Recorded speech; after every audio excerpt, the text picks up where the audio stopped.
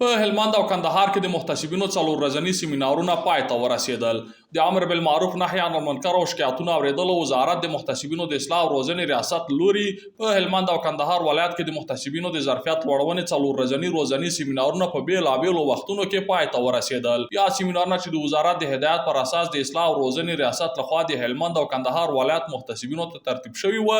موخه د محتسبینو د کړنو ارزول او هغوی خپلو کارونو ته متوجه کول و. د یادو ولایتونو محتسبینو د اصلاح او تربیت له راغلي حیات څخه مننه وکړه او ډاډ یې ورکړ چې د دوی لارښوونې به په ځان عملي کوي او د سیمینار تدریس شوي مسایل به په یاد ساتي. د یادو سیمینارونو په پای کې د وزارت څخه ورغلي پلاوي د اصلاح او تربیت ریاست په مشرۍ د محتسبینو کړنې وستایلې او هغوی ته د وزارت لخوا په شویو سپارښتنو خبرې وکړې او له محتسبینو یې وغوښتل چې خپلې کړنې د وزارت له پالیسۍ سره سمې مخته یوسي او د دعوت پر مهال نرمې خبرې وکړي. تدریب زموږ د روح اصل اساس تکلک ایمان دی، روزل د خپل وجود بیا حق د ګران افغانستان دی.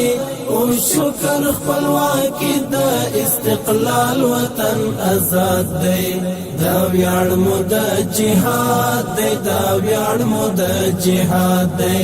دا ویاړ مو د جهاد دی، دا ویاړ مو د جهاد دی. تدریب زموږ د روح اصل اساس تکلک ایمان دی، روزل د خپل وجود بیا حق د ګران افغانستان دی. او شکر خپلواکي د استقلال وطن آزاد دی، دا ویاړ مو د جهاد دی، دا ویاړ مو د جهاد دی، دا ویاړ مو د جهاد